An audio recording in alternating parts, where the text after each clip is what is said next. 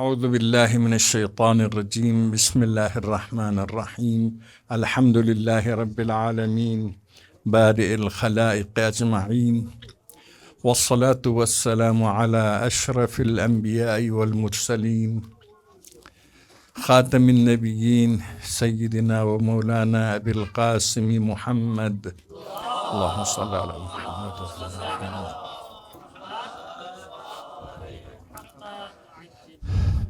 وآلہ الطیبین الطاہرین المعصومین الذین اذهب اللہ عنہم الرجس وطہرہم تطہیرا اللہم صلی علی محمد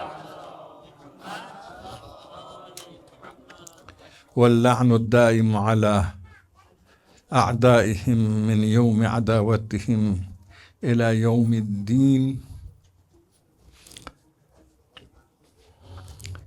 آج محرم کی پہلی شب ہے، شب اول محرم ہے. غموں کے ساتھ یہ چاند نکلا ہے، غموں کے ساتھ یہ مہینہ آیا ہے، بلکہ سال بھر ہمیں محرم یاد رہتا ہے، بلکہ محرم ہی کی بدولت سال بھر اور زندگی بھر اور پوری تاریخ میں غم حسینی مناتے رہتے ہیں. کل یوم عاشوراء کل ارض کربلا، یہ کوئی قول معصوم تو نہیں ہے، لیکن ایک مقبول قول ہے. اس کے ایک معنی یہی ہے کہ ہمیں ہمیشہ عاشوراء یاد رہتا ہے. عاشوراء کبھی ہمارے ذہن سے خارج نہیں ہوتا ہے. ہر دن ہر سرزمین، اپنے گاؤں میں ہو، اپنے شہر میں ہو، اپنے ملک میں ہو، حوضہ میں ہو، کربلا میں ہو، جہاں بھی ہو، ہر سرزمین کربلا ہے. یعنی حسین کو، حسین کے مصائب کو ہم یاد رکھتے ہیں، بھول نہیں سکتے. پیغمبر نے فرمایا نا، ان لقتل الحسین حرارہ فی قلوب المؤمنین لا تبرد ابدا.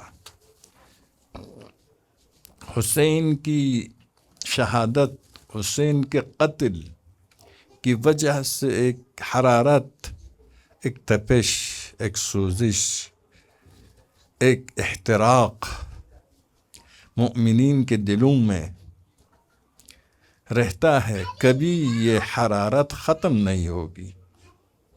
اس لیے ہر سرزمین میں عاشوراء ہے، ہر دن میں کربلا ہے. البتہ اس جملہ کا دوسرا مطلب، جس کو انقلابی لوگ پسند کرتے ہیں، جو انقلاب سے دور رہنے کی کوشش کرتے ہیں، وہ اس معنی کو پسند نہیں کرتے ہیں. وہ یہ ہے کہ ہم کربلا ہمارے لیے اسوہ ہے، عاشوراء ہمارے لیے اسوہ ہے.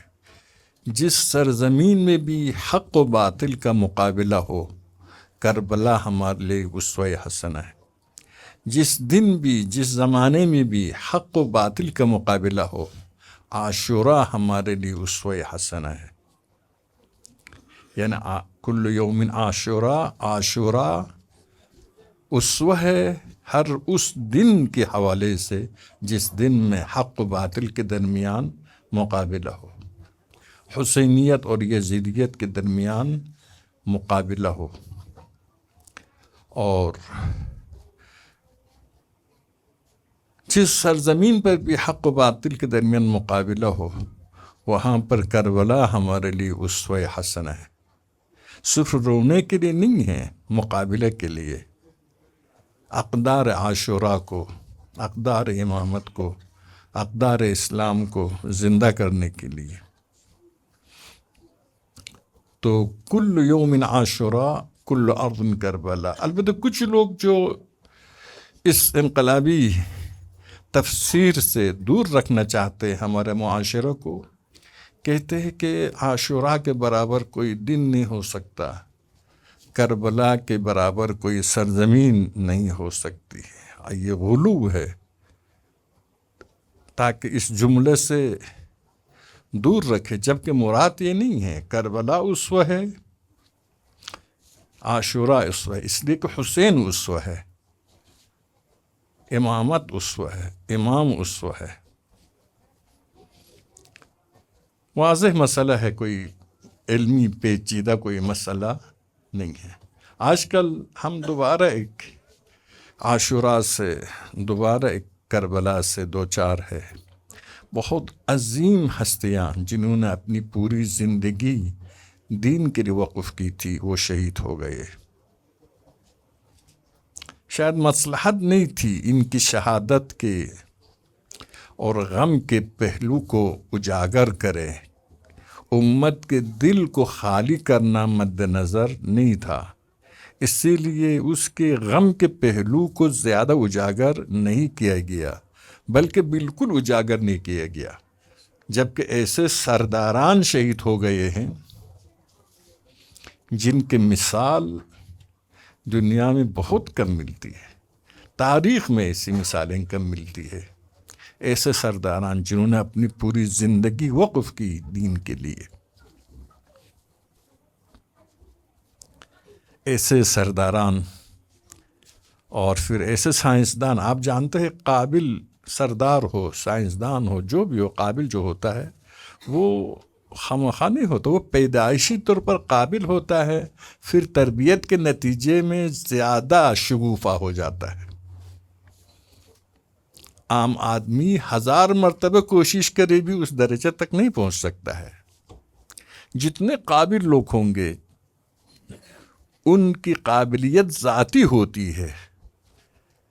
ایک پھول، ایک میوہ زرخیز زمین میں آ جائے تو ظاہر ہے وہ پھل دیتا ہے، لیکن زرخیز زمین میں نہ ہو تو خشک ہو جاتا ہے۔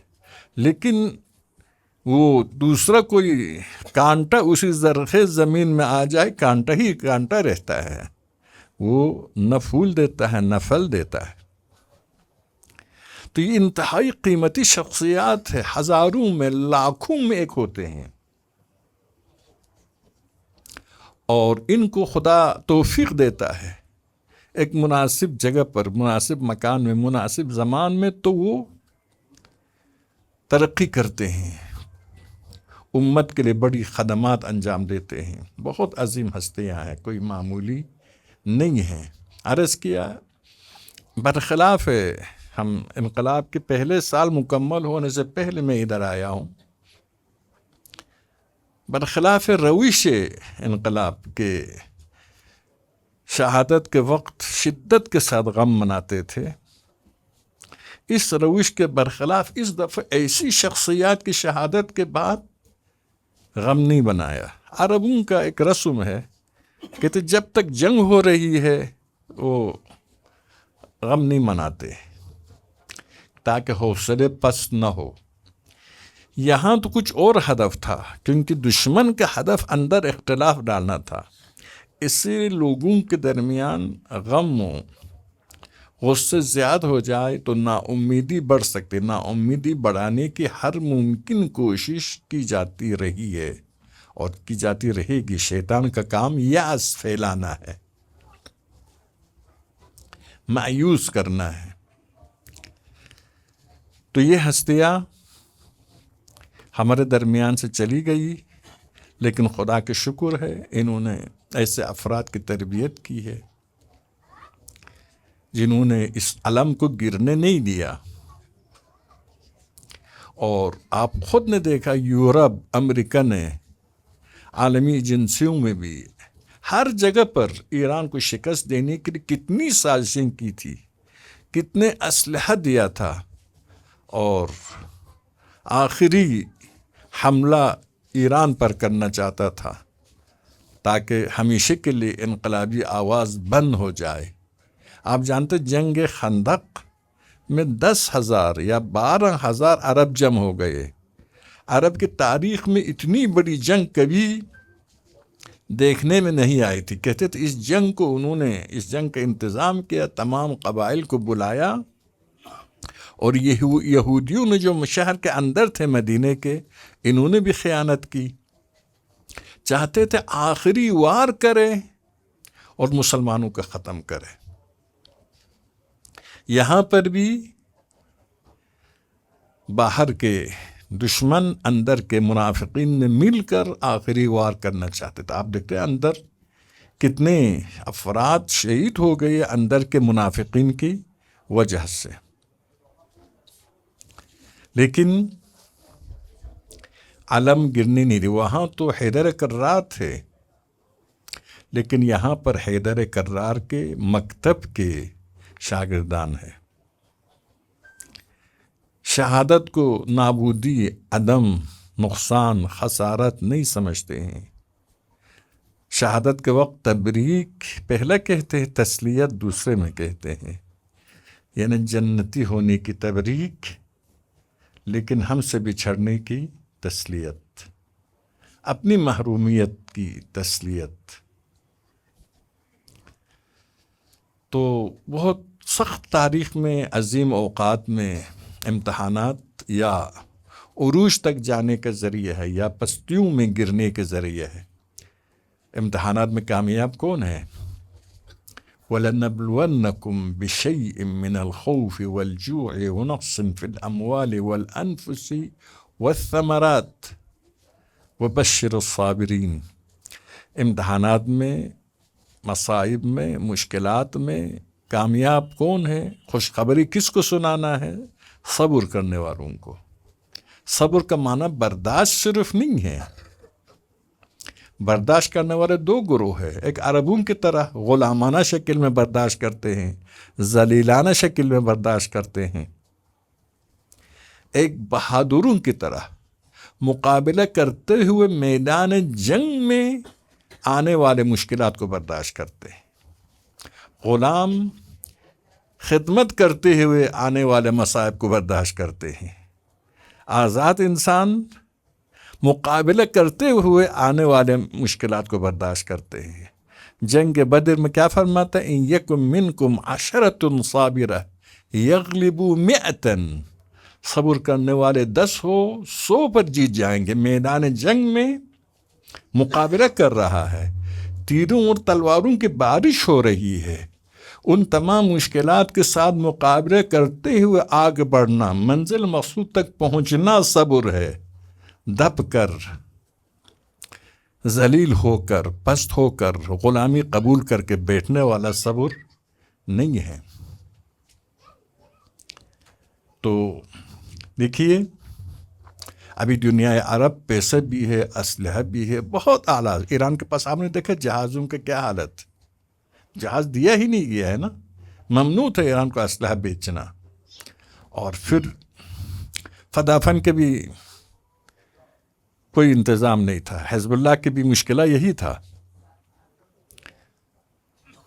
تو اسرائیل کے ہوائی جہاز کے لیے میدان صاف تھا. عراق ایران کے جنگ کے دوران ہم ادھر تھے, عراق کے جہاز گھوم پھر رہا تھا گویا اپنے گھر واپس گھومنے کے لیے آیا ہو, اپنے گاؤں آیا ہو, اس طرح سے گھومتا پھرتا تھا. ایران کے پاس کچھ جہاز تھے اس وقت عراق کے برابر, یعنی مقابلہ کرنے کے لحاظ سے, لیکن کم ہونے کی وجہ سے ان کو رکھتے تھے حملے کے دن کے لیے. جس دن حملہ کرنا تھا اس دن فوج چھاؤنوں سے باہر نکلتے ہیں, مورچوں سے باہر نکلتے ہیں, تو کیا ہوتا ہے, نہتے ہوتے. تو جہاز ان کا اپنے ساتھ ساتھ ہونا پڑتا ہے تاکہ وہ بچ جائے, ورنہ سب ختم ہو جاتے. لیکن عراق کے پاس جہاز بہت تھا, اسی لیے گھومنے پھرنے کے لیے آتا تھا. تو یہ خلاصہ ہمارے لیے بہت بہترین اسوہ حسن. فرق کیا ہے؟ ایران والوں کے بارے میں ہمارے بلتستان والے لطیفہ کہتے تھے, لطیفہ سناتے تھے. کہتے 3 ایرانی بیٹھے تھے کسی مورچے پر, گولی آئی دشمن کی طرف سے. تو ایک نے پوچھا تمہیں لگی یہ کہانی, دوسرے سے پوچھا تمہیں لگی یہ کہانی. تو پھر کہا کہ مجھے لگی ہارٹ فیل ہو گئے، مر گئے وہیں پہ. اتنے بزدلی کی ضرب المثل ایرانیوں کو قرار دیتے تھے، لیکن صالح قیادت کی وجہ سے یہ کیا ہے، بزدل لوگ عقاب بن گئے، شاہین بن گئے. شہید مطہری اپنے کتابوں میں نقل کرتے ہیں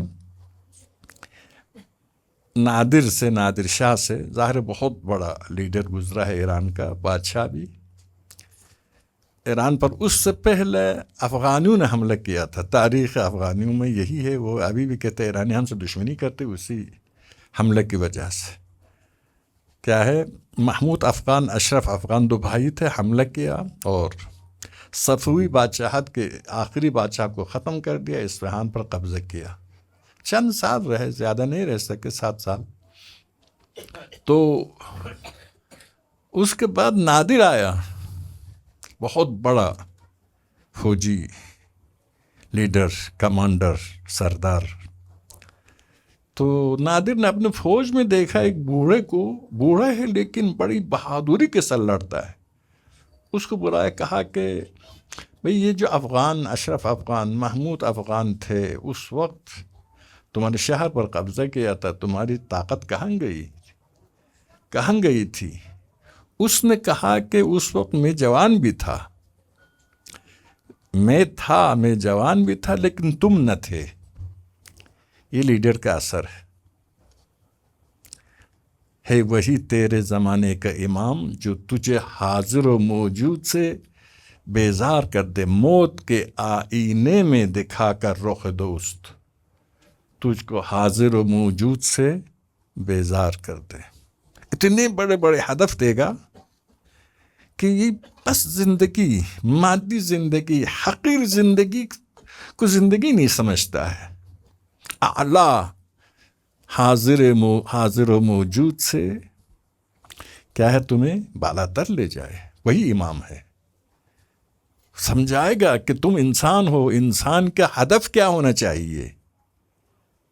پیغمبر نے عربوں کے ابھی حالت کو دیکھے، کھانا پینا، عیش کرنا اور باقی چیزیں آپ کو معلوم ہیں، یہ ان کے ابھی کا ہدف ہے.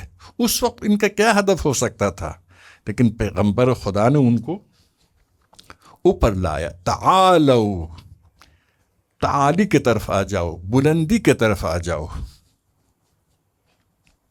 لیکن ظاہر ہے کسی بھی ترقی کے لیے فاعل کی فاعلیت کی ضرورت ہے، قابل کی قابلیت کی ضرورت ہے. ہمیں تو یہی تو سکھایا ہے، کم از کم عمل نہیں کریں گے تو سکھاتے تو ہے کہ آپ کے اندر آمادگی ہو، استاد کے اندر قابلیت ہو، استاد پڑھا سکے، آپ پڑھ سکے، اس وقت دونوں آگے بڑھیں گے.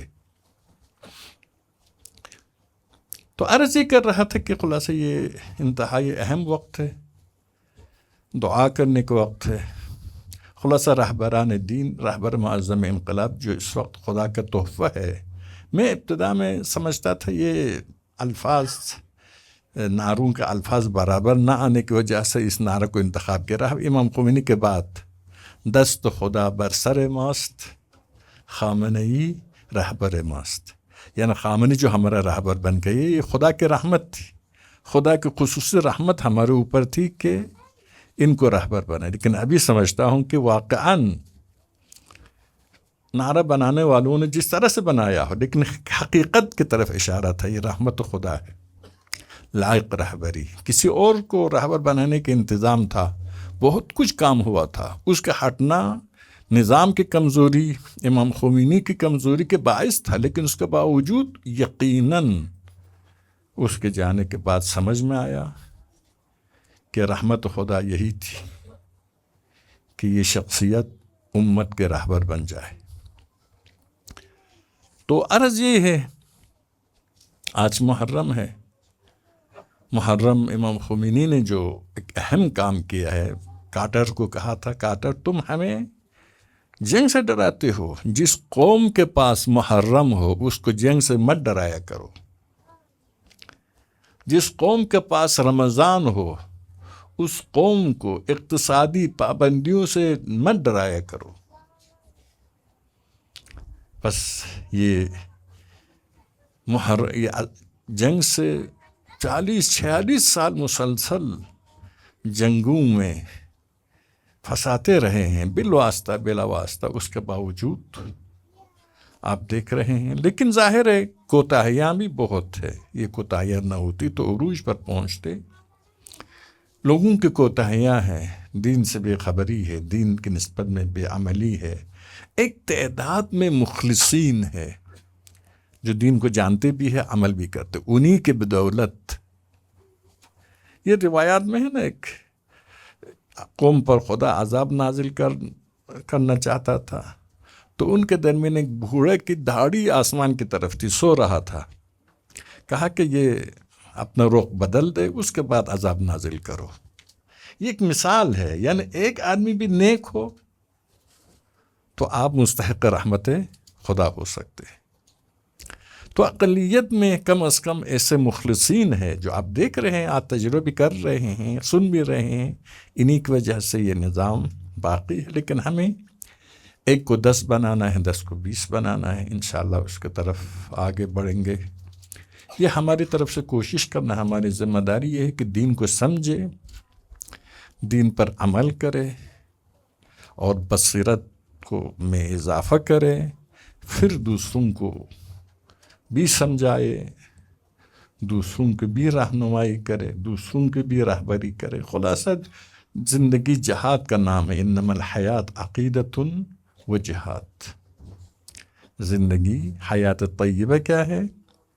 عقیدہ ہے، اور اس عقیدہ کے راہ میں جہاد. کسی مولانا نے کسی کے خلاف، میں نام نہیں بتاؤں، آپ سب جانتے ہیں، نہیں بتانا چاہتا ہوں کیونکہ لحن کچھ سخت ہے، اس لیے کسی شخصیت کے خلاف کہا ضال مضل. یہ آدمی ضال بھی ہے، مضل بھی ہے، اس سے اجتناب کرو. تو اس نے کہا آپ مولانا صاحبان کی یہی طبیعت ہے، فتویٰ لگاتے ہیں اور پھر جا کے گھر میں بیٹھ جاتے ہیں. اپنے فتویٰ پر عمل کرانے کی کوشش کرو. کہنا کافی نہیں ہے، اس کو عملی کرنا ہے. یہ ہمیں سیکھنا ہے کہ عملی کرنا ہے. یعنی عارف بالدین بھی ہونا ہے، عارف بالزمان بھی ہونا ہے، حکم شناس بھی بننا ہے، موضوع شناس بھی بننا ہے. تو عرض یہ مختصر جملات ان عظیم ہستیوں کی مناسبت سے عرض کی. ان کی تشییع بھی ہونے والی ہے، یقیناً سب حصہ لیں گے. ہم تو چلنے سے رہ گئے ہیں، صرف افسوس کرتے ہیں، جوانی کے دن یاد کرتے ہیں. تو عرض یہ کر رہا تھا کہ یہ کیا ہوا. پیغمبر نے اتنی زحمتوں کے ساتھ اس دین کو پائے تکمیل تک پہنچایا. علی نے اتنی قربانیاں پیش کی، جناب سیدہ نے قربانیاں پیش کی، مخلصین نے قربانیاں پیش کی، حسن مجتبیٰ نے قربانیاں پیش کی، حسین نے 10 سال قربانیاں پیش کی. سن 50 سال پیغمبر کے بعد 50 سال گزرا تھا، اتنے حالات خراب ہو گئے کہ لوگ حسین کے خون کے تشنہ ہو گئے. قصد قربت کے ساتھ حسین کو شہید کرنے لگے، قصد قربت کے ساتھ مدینے میں قتل عام کیا، قصد قربت کے ساتھ خانہ خدا کو آگ لگا دی. بلکہ اس سے کمتر مدت میں جب علی اقتدار پر آئے، فرمایا آج تم مسلمانوں کی حالت وہی حالت ہے جس دن پیغمبر مبعوث برسالت ہو گئے تھے. یعنی مسجدیں تو تھی، نماز تو ہو رہی تھی، حج پہ لوگ جا رہے تھے، ظواہر سب کے سب محفوظ تھا، لیکن حقیقت کے لحاظ سے بے روح نماز، بے روح روزہ، بے روح حج. اسی وجہ سے کیا ہے، سب کچھ ہونے کے باوجود علی فرماتے ہیں تمہاری آج کی حالت وہی حالت ہے جس دن پیغمبر خدا کے بعثت کے دن تمہاری حالت تھی. یعنی اندرونی لحاظ سے کوئی تبدیلی نہیں آیا. ابھی مسلمانوں کے اندرونی حالت کو دیکھو، انگریزوں کے اندرونی حالت کو دیکھو. خود مسلمان سمجھتے ہیں انگریز ہم سے بہتر ہے. ابھی میں اس کی تصدیق نہیں کرتا ہوں. تو یہ حالت، ابو موسیٰ اشعری کہتا ہے علی نے پیغمبر کی نماز کی یاد تازہ کر دی. حسن بصری کہتا ہے صرف وضو رہ گیا ہے مسلمانوں کے درمیان. وہ علی کے زمانے کے افراد ہے. انس بن مالک کہتا ہے کہ پیغمبر کا صرف کیا ہے قبلہ رہ گیا ہے. خلیفہ دوم کہتا ہے کہ اگر میں چاہوں سب کو کافر بنا سکتا ہوں. کیسا؟ ان کو جو مال بیت المال سے جو پیسے دے رہا ہوں ان کو بند کروں، سب کافر ہو جائیں گے. یہ حالت ہو گئی تھی، یہ حالت ہو گئی تھی. اتنی جلدی تبدیلی کیسے آئی؟ تو یہ حالات کو دیکھنا، حالات کا مطالعہ کرنا، آصف شناسی جس کو آپ حوزہ والے کہتے ہیں، انتہائی ضروری ہے.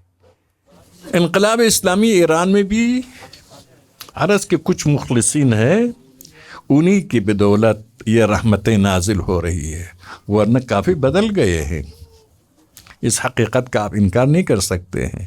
لیکن ہم الحمدللہ ایران میں جو جنگ تھی، صدام کا حملہ، اس نے ایرانیوں کو مضبوط کر دیا، بیمہ کر دیا. اسی طرح سے کل کے 12 دن کی جنگ کی وجہ سے لوگ دوبارہ نظام کی طرف، رہبری کی طرف، اتحاد کی طرف آ گئے.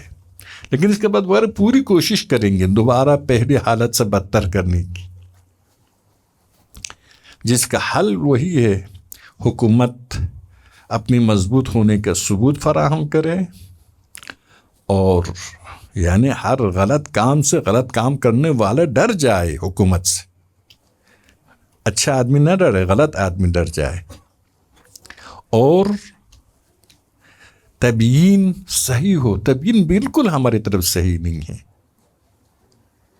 جس طرح سے اس دن کہتے تھے علی نماز نہیں پڑھتے ہیں، آج بھی یہی تقریباً حالت ہو رہی ہے. تبیین صحیح نہیں ہے. تحریف شدت کے ساتھ قائم ہے. ان کے ساتھ تبیین و تحریف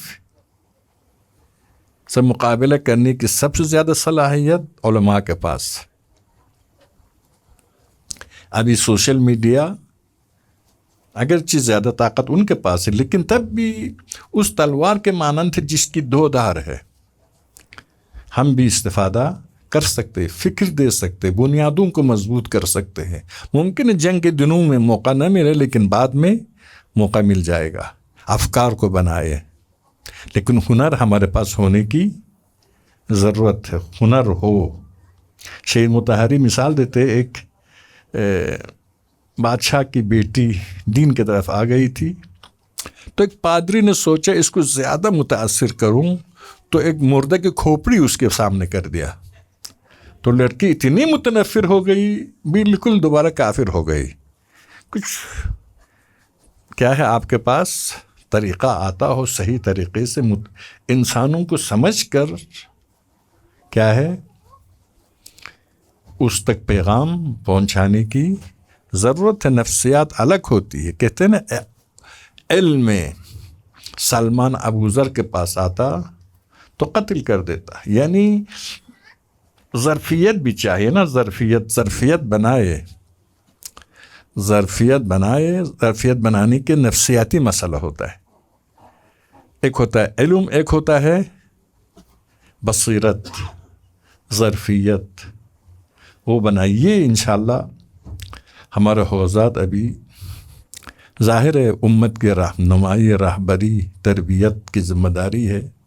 یہ ذمہ داری ایک طرف سے ہماری سعادت ہے کہ ہم نے اس بہترین راستے کو انتخاب کیا، انبیاء و اولیاء کے راستے کو، حسین کے راستے کو. دوسری طرف سے عظیم ذمہ داری ہے. ظاہر ہے ہم انسانوں کو پاک فطرت کی طرف دعوت دیتے ہیں. ابھی انگریز، امریکہ انسانوں کو لذات کی طرف، شہوت کی طرف دعوت دیتے ہیں. شہوت کے لذت کو تو ایک گائے بھی سمجھتی ہے. ہاں جی، پرندے چرندے بھی سمجھتے ہیں. اس کے لیے زیادہ عقل و معرفت کی ضرورت نہیں ہے، لیکن جس کی طرف ہم دعوت دیتے ہیں فطرت پاک انسانی کی طرف دعوت دیتے ہیں، فطرت پاک کو تربیت کے ذریعے زیادہ اجاگر کرنے کی ضرورت ہے۔ خلاصہ کیا عرض کروں، آپ بہتر جانتے ہیں، بہتر جاننے کی کوشش بھی کریں، حوزہ میں ہے، علم کے مرکز میں ہے، اور ظاہر ہے بزرگان حوزہ جو طریقہ بیان کریں گے اسی کے مطابق چلیں گے۔ اپنے نواقص کے لیے جواز بزرگان حوزہ کو گالی دے کر جواز فراہم نہ کرے۔ نواقص ممکن ہے بزرگان حوزہ بھی غلط کرے، لیکن ہمارے ہاں بھی کوتاہیاں بہت ہوتی ہے۔ جس مدت میں حوزہ میں تھا شاید 10 موضوع میں متخصص بن سکتا تھا۔ ایک حوزہ میں امکانات نہیں تھا ہمارے زمانے میں، ایک ہمارے اپنی کوتاہی بھی تھی، ایسی بات نہیں ہے۔ انشاءاللہ آپ میں سے ہر ایک کئی موضوع میں متخصص بن جائے تاکہ اسلام کی صحیح ترجمانی کر سکے۔ دیکھیے دنیا کے جو علوم ہے ایک آدمی کے لیے ممکن نہیں ہے ان علوم کو حاصل کرنا، ممکن نہیں ہے ان علوم کو حاصل کرنا۔ کیوں؟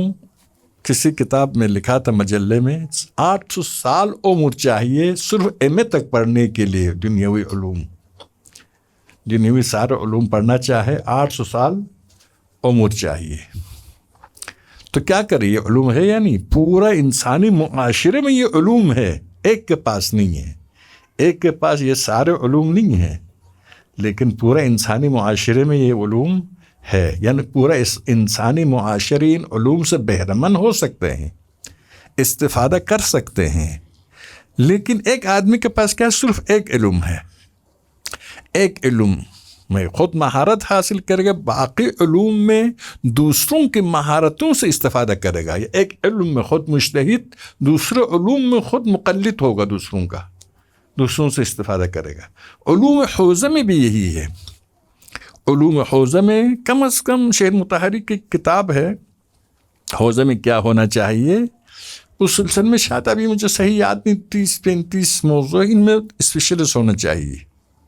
خلاصہ ایک آدمی کے بس کے بعد ان سارے علوم میں اسپیشلسٹ ہونا ممکن ہی نہیں ہے۔ تو کیا کرنا پڑے گا؟ حوزے کے پاس یہ تمام علوم ہو، نہ حوزے کے پاس جامعہ اسلامی میں تمام معارف اسلامی، بلکہ انسانی جس کا تعلق اسلامی سے ہے تمام کے تمام ہونا چاہیے، کلیئر ہو۔ لیکن ہر آدمی ایک موضوع میں مہارت حاصل کرے، اسپیشلسٹ بن جائے، ہر آدمی ایک موضوع میں اسپیشلسٹ بن جائے، 2 موضوع میں، 3 میں، لیکن کل جامعہ، کل حوزہ تمام علوم میں ماہر ہو۔ تو کیا ہوگا؟ آپ پورے دین کے علوم سے استفادہ کریں گے، کچھ میں تخصص کے ذریعے، کچھ میں تقلید کے ذریعے، کچھ میں تخصص کے ذریعے، کچھ میں تقلید۔ دنیاوی علوم میں یہی ہوتا ہے، کچھ میں آپ متخصص ہے، کچھ میں آپ مقلد ہے۔ ایک میں ڈاکٹر ہے، کس میں آنکھوں کے ڈاکٹر، باقی میں دل کے ڈاکٹری میں تقلید کرتے ہیں، اعضاء و جوارح کے ڈاکٹری میں تقلید کرتے ہیں، مختلف جگہوں پر۔ اسی طرح سے دینی علوم میں تمام علوم اسلامی معاشرے میں ہونا چاہیے۔ اب اسلامی معاشرے اسلامی علوم کو، بلکہ خود حوزہ اسلامی علوم میں کتنے ماہر ہیں ہمارے طلباء، یعنی جس طرح سے ہم فقہ کے مسائل سے باخبر ہے، کس کے ذریعے؟ مستند ترین کتاب کے ذریعے، یعنی توضیح المسائل کے ذریعے۔ اسی طرح کے مستند ترین مسائل علوم دیگر اسلامی سے باخبر ہونا چاہیے۔ 5، 6، 7، 8 کتاب کوئی مشکل نہیں ہے، آپ ان کا مطالعہ کریں، مستند ترین، پھر تقلیدی ہوگا، ایک میں آپ متخصص بن جائے۔ ہمارے کیا ہوتا ہے، آدمی گاؤں سے آتا ہے یا شہر سے آتا ہے، جہاں سے ابھی آج کل تو الحمدللہ سب یونیورسٹی کالجوں سے آتا ہے، شعور کچھ بہتر ہوتا ہے، اپنی سوچ کے مطابق بازار سے کتاب لیتے ہیں۔ کوئی جاتا حملہ حیدری لیتا تھا، کوئی جاتا خاور نامہ لیتا تھا، سارے افسانے خریدتے تھے، کیونکہ گاؤں میں افسانہ سنتا رہا ہے، شہر میں بھی آ کر افسانوں کے پیچھے اپنی فکر کے مطابق کتاب خریدتا ہے، اسی لیے فکر اوپر نہیں جاتا ہے۔ تو اس لحاظ سے انشاءاللہ ابھی بہتر ہے، لیکن بہتری کی طرف جانا پڑے گا، لیکن رکاوٹیں بھی بہت۔ ابھی کیا ہے، دجال کے زمانہ ہے، ہمارے زمانے کے دجال سابق دجالوں سے بہت خطرناک ہے، خراب کرنے والے عوامل بھی بہت ہے. ایک موبائل ہاتھ میں ہو، مجھ جیسے بوڑھا آدمی بھی 24 گھنٹے اسی میں لگ جاتا ہے، اور پھر اس میں منفی تصویریں، منفی چیزیں بھی بہت ہے. صرف کھانے نہیں، باقی سب کچھ اس کے اندر ہے. تو خلاصہ خراب کرنے والے عوامل غریبوں کے پاس بھی ہے، امیروں کو تو چھوڑ دے، غریبوں کے پاس بھی ہے. تو ان سے بھی سوچنا پڑے گا. پہلا خود کو نجات دینے کے لیے، پھر نفس پر کنٹرول نہ ہو سکے تو کیا ہے، شیطان غالب آتا ہے. یہ واضح ہے. نفس امارہ ہو. اسلم شیطانی علی یدی، پیغمبر نے فرمایا میرے شیطان نے میرے ہاتھوں پر اسلام قبول کیا ہے. چھپ کر نقصان پہنچانے والے کو بھی شیطان کہتے ہیں. اسی بنا پر نفس کو بھی کیا کہتے ہیں، شیطان. یعنی میرے ہاتھوں پر اسلام، یعنی میرے نفس کی چاہتے ہیں اسلامی چاہتے ہیں، پاکیزہ چاہتے ہیں. آپ الحمدللہ آپ بھی دیکھیں، آپ کے گاؤں کے ایک لڑکے کے پاس جائے، واپس جائے، آپ کے ہم عمر اس کے ساتھ بیٹھ جائے 2-3 لڑکوں کے ساتھ، آپ ان کی باتیں سنیں گے، گانے سنیں گے، اور کیا نام ہے، تصویریں. میں کسی دن، البتہ یہ کوئی 50 سال پرانی ہے، کسی نے دعوت کی تھی گاؤں کے آدمی ہونے کی وجہ سے، تو اس کے کمرے میں گیا. اتنی فلمی عورتوں کی تصویریں سے بھری ہی ہوئی تھی کمرہ. تو خلاصہ یہ ماحول ہے، آپ اس کو وہ مزہ نہیں آتا ہے، پسند نہیں آتا ہے. وجہ کیا ہے؟ آپ پاکیزہ ہو گئے ہیں نا. اس طرح سے ہم اپنے آپ کو پاکیزہ کر سکتے ہیں، معاشرے کو بھی کر سکتے ہیں. تھوڑا سا حکمت عملی کی ذرا آدمی کو شہادت کے لیے تیار کر سکتے ہیں، شہادت پر فخر کر سکتے ہیں. اس سے شہادت سے زیادہ سخت فریضہ ہے دنیا میں. خودکش حملوں کے لیے آدمی کو تیار کر سکتے ہیں. ہم تو نہیں کرتے، لیکن یہ لوگ تکفیری لوگ کرتے رہے. ہم بھی اگر ضرورت پڑے اسرائیل کے خلاف کرتے رہے. ہم سے مراد میں نہیں ہوں، میں نے سوچا بھی نہیں ہے. میں نے اس لیے کہا ڈر جاتا ہوں باہر جا کے پکڑا نہ جاؤں. تو یہاں نہیں پکڑا جاؤں گا، پاکستان بھی تو جانا ہے. تو کسی غلط فہمی، البتہ مجھ کو جانے والے سب سمجھتے ہیں کہ یہ لال بیگ کو بھی نہیں پکڑ سکتا ہے، لیکن جو نہیں جانتے ان کو غلط فہمی ہو سکتی ہے. میرے ہیکل کو دیکھ کے موٹا آدمی ہے، تازہ آدمی ہے. بہرحال عرض یہ کر رہا تھا، یہ مصائب جن مصائب سے مسلمان دے چار ہو گئے، اتنی جلدی خراب ہو گئے، 50 سال کے اندر اتنے خراب ہو گئے. یعنی مکے سے ابو سفیان نے مشرکین کی قیادت کر کے پیغمبر کو مکہ چھوڑنے پر مجبور کیا. اسی ابو سفیان کے پوتے نے نواسۂ رسول خدا کو مسلمانوں کی مدد سے مدینہ اور مکہ دونوں کو چھوڑنے پر مجبور کیا. آپ دیکھیے اتنے خراب کیوں ہو گئے، سوچنا پڑے گا. ان میں سر فہرست جو مسئلہ ہے،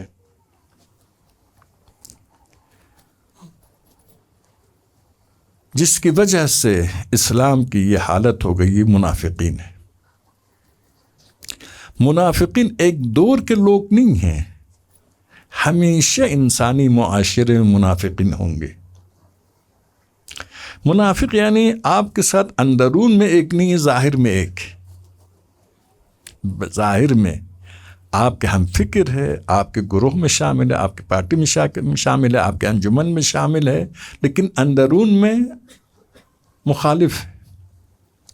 تو وہ ہر موقع پر نابود کرنے کی، توڑنے کی، شکست دینے کی کوشش کرے گا. آپ کے دشمنوں کے ساتھ ہمکاری کرے گا، سازش کرے گا.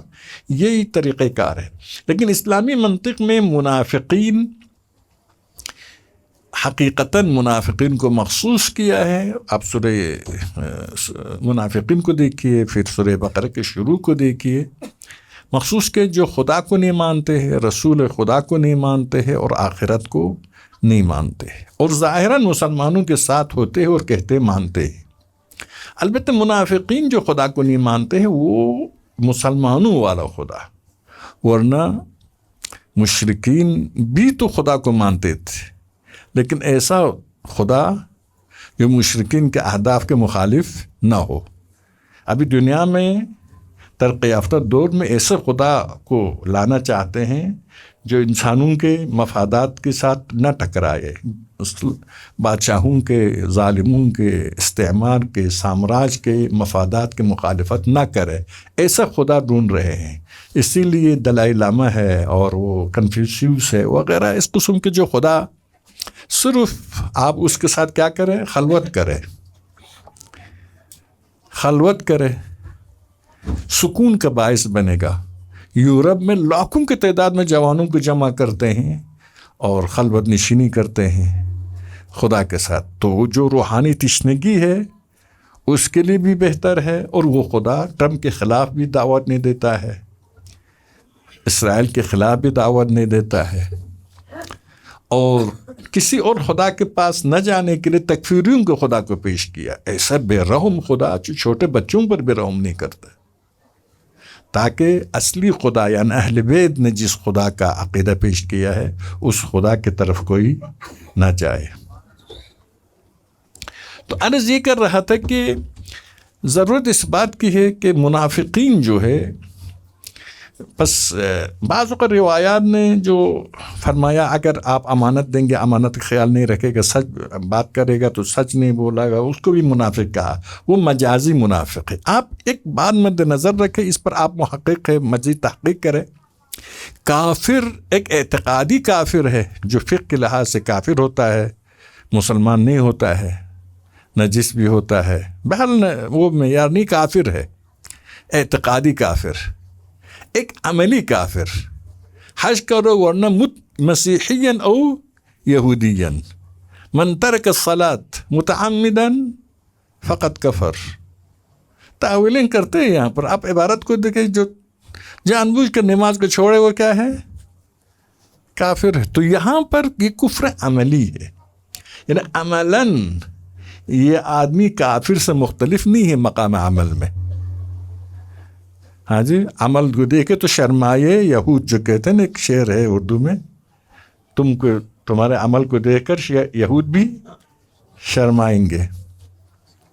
تو یہ عملی کافر ہے، یعنی مقام عمل میں کافر سے مختلف نہیں ہے، لیکن اعتقادی کافر نہیں ہے۔ اسی طرح سے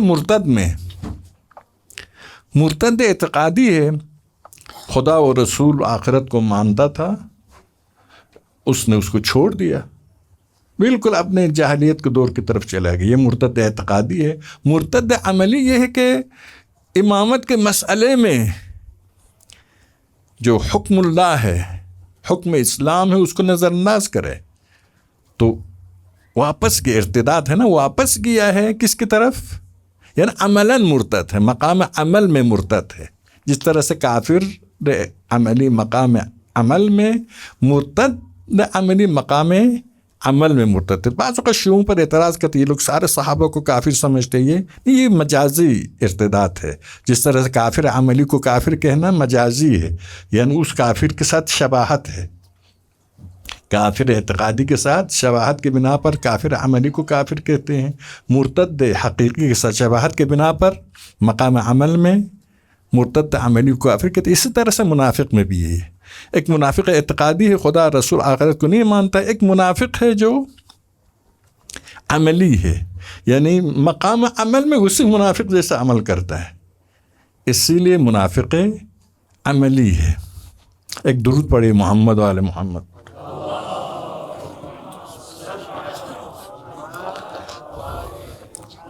اب یہاں پر منافقین کے بحث میں پتہ نہیں ہمارے برادران نے اس پر کوئی تحقیق کی ہے، کتابیں لکھی ہے نہیں لکھی ہے، بہرحال ایک گفتگو یہ ہوتی ہے منافقین کے شروع کہاں سے ہوا، کہاں پر ختم ہوا، منافق بننے کی وجوہات کیا ہے، منافقین نے نقصان کتنا پہنچایا ہے، ان کا طریقہ کار کیا رہا ہے۔ خلاصہ ایک مفصل گفتگو کی ضرورت ہے۔ جو عالم اسلام اور جو مصیبتیں آئی، اس کے سب سے بڑا وجہ یا سب سے بڑے وجوہات میں سے ایک وجہ منافقین سے غفلت ہے۔ پیغمبر نے فرمایا تھا کہ علی آپ کے ساتھ کوئی منافق محبت نہیں کر سکتا ہے، لا یبغضک الا منافق، آپ کے ساتھ بغض رکھنے والا منافق۔ آپ کے ساتھ محبت کرنے والا مومن ہے. معیار علی کو قرار دیا تھا، لیکن مسلمانوں کے غفلت کی وجہ سے منافقین نے علی کو ہی اسلام سے نکال دیا.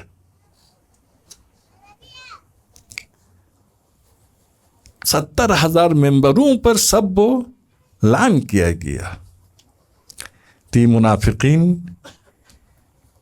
کے اثرات تھے، خطرات تھے، جنہوں نے آہستہ آہستہ امت پر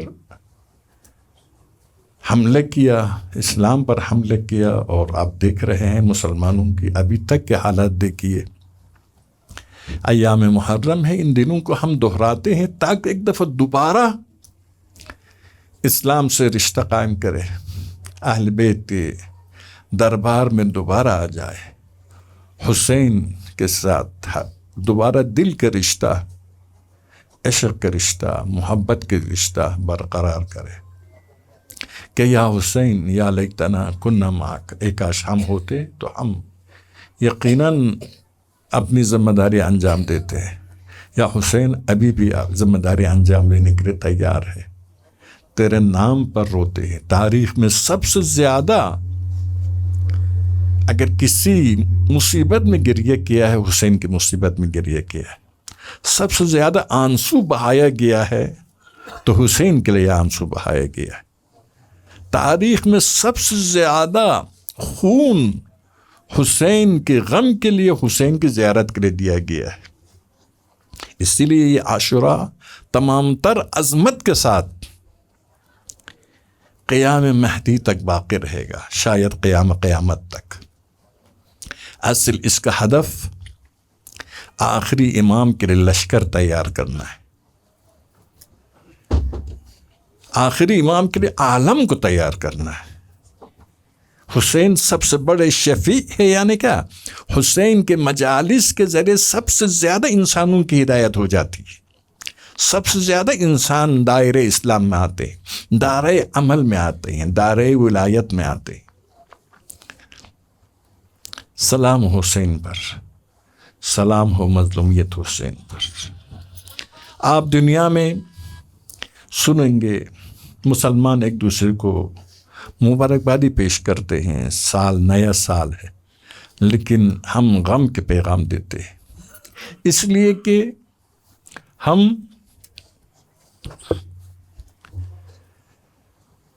حسین کی پیاس، حسین کا غم، حسین کی مصیبت ہم بھول نہیں سکتے.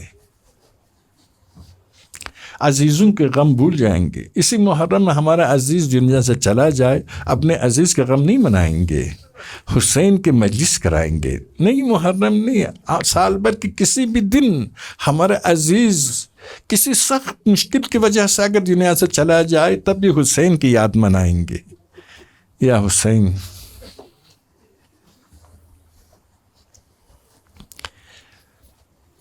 مولا امام حسین ان دنوں میں یا ان دنوں سے پہلا جب امیر شام دنیا سے چلا گیا، یزید کی طرف سے پیغام آیا ولید حاکم مدینے کو کہ حسین کو اور کچھ افراد کا بھی نام لیا، ان کو بلاؤ، اور حسین سے جب تک بیعت نہیں لیا تب تک اس کو جانے نہیں دینا ہے.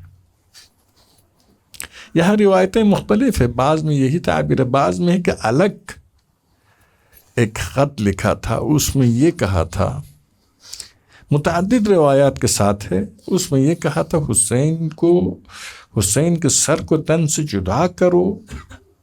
اگر حسین نے نہیں مانا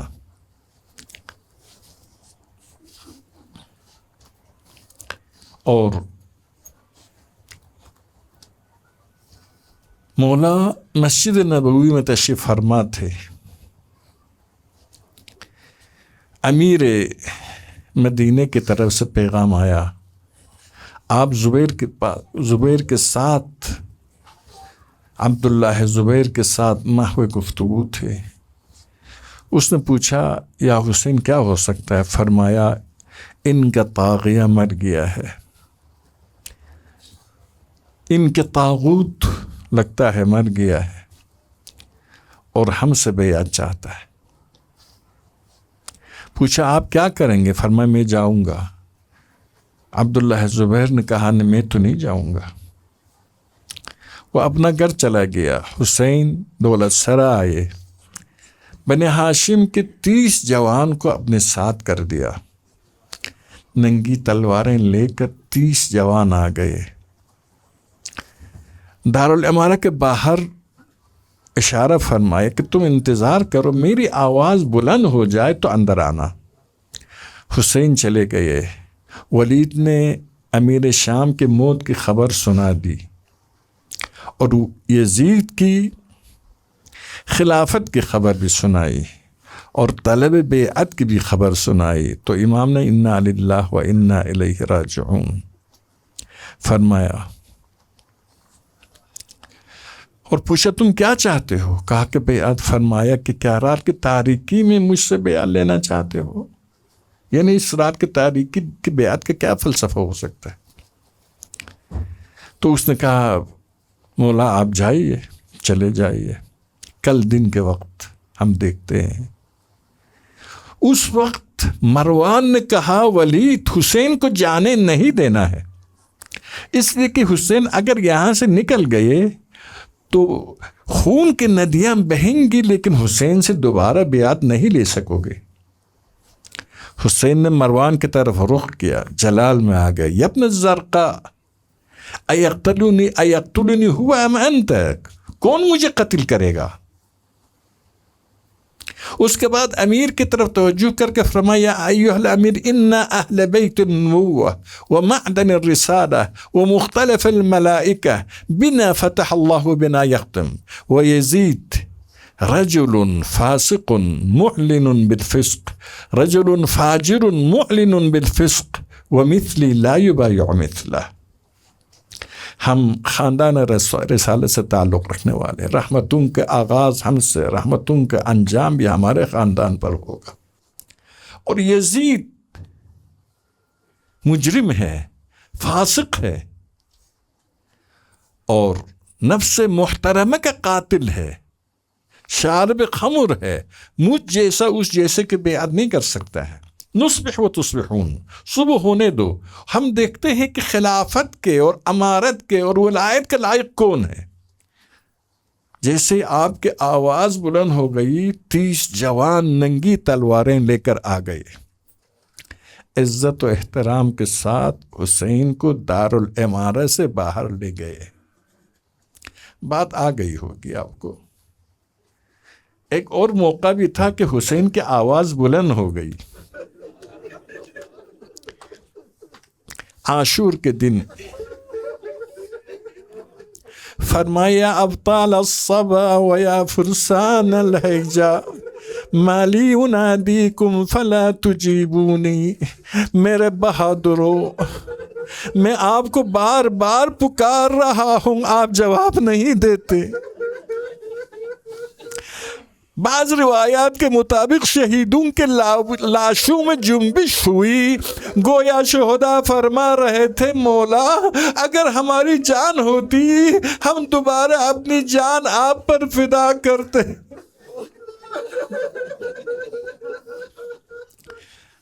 امن و امان کے ساتھ حسین دولت سرا آئے۔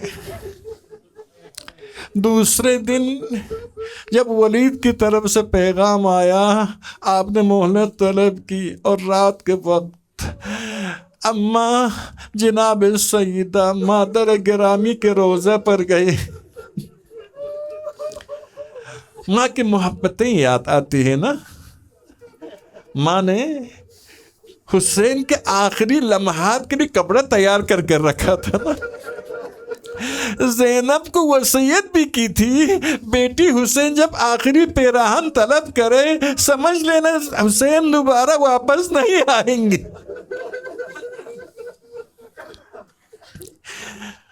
اور حسین ابھی والد گرامی سے الوداع فرما رہے ہیں، لیکن دوبارہ والد کس قبر پر نہیں آ سکے، زینب آ گئی، زینب آ گئی، زینب آ گئی، اماں میں حسین کی شہادت کی خبر سنانے آئی ہوں۔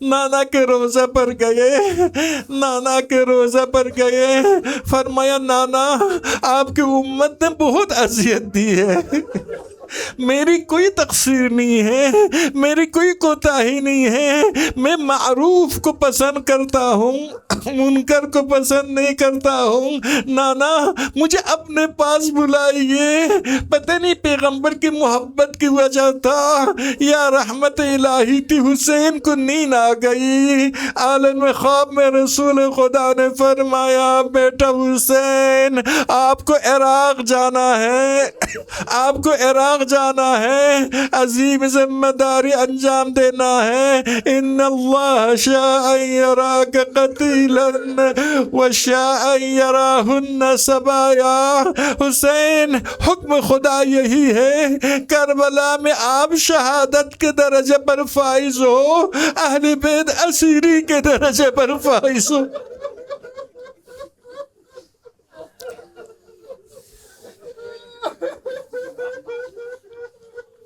حسین تیار ہو گئے، سیدانیوں کو تیار کی، عزیزوں کو تیار کی، رات کی تاریکی میں مدینے سے نکلنا چاہتے ہیں، مدینے سے نکلنا چاہتے ہیں۔ اس وقت بنی ہاشم کی خواتین سیدانیاں رونے لگی، چیخنے لگی، فرمایا خاموش رہنا، آواز بلند نہ کرنا، کہیں دشمن کو پتہ نہ چلے۔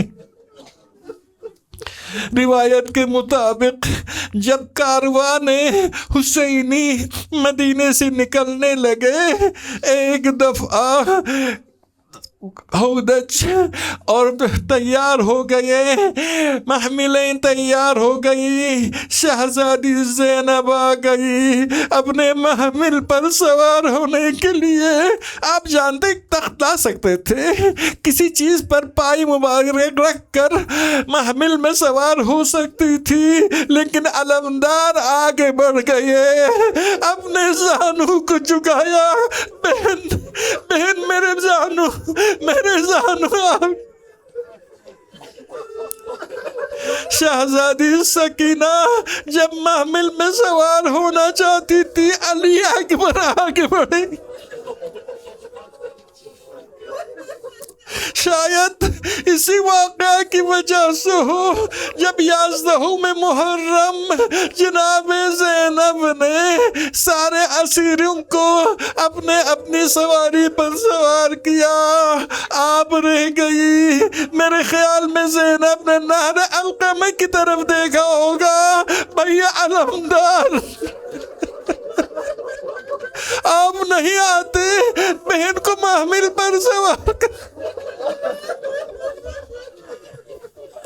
الا لعنت اللہ علی القوم الظالمین وسیعلم الذین ظلموا ای منقلب ینقلبون۔ خدایا تیرے عظمت کا واسطہ، محمد و آل محمد کا واسطہ، شہدائے کربلا کا واسطہ، حسین مظلوم کا واسطہ، ہمارے تمام شہداء کو، خصوصاً آخر میں شہید ہونے والے سرداروں کو، دانشوروں کو محمد و آل محمد کے ساتھ محشور فرما۔ خدایا ہمیں ہمیشہ یاد حسین کرنے کی، عزاداری حسین میں حصہ لینے کی، عزاداری حسین منانے کی، عزاداری حسین کو اپنی حد تک باقی رکھنے کی توفیق عنایت فرما۔ خدایا عزاداران حسینی، عزاداری حسینی، عزاخانہ حسینی کی حفاظت فرما۔ خدایا ہمیں جنت میں باب الحسین سے داخل ہونے کی توفیق عنایت فرما۔ امام کے ظہور میں تعجیل فرما۔ دشمنان اسلام خصوصاً امریکہ اور اسرائیل اگر ہدایت کے لائق نہ ہو، انہیں نیست و نابود فرما۔ مجاہدین اسلام کی مدد فرما، سید مقاومت کو جنت میں حسین کے ساتھ محشور فرما۔ خدایا ہمارے اعلیٰ سرداروں کو، شہید رئیس جمہور شہید کو شہدائے کربلا کے ساتھ محشور فرما، ہم سب کے مرحومین کو شہدائے کربلا کے ساتھ محشور فرما۔ خدایا ہمارے بیماروں کو شفائے عاجل و کامل عطا فرما، حاضرین کے تمام حاجات شرعیہ کو پورا فرما، امام کے ظہور میں تعجیل فرما، بالنبی والہ۔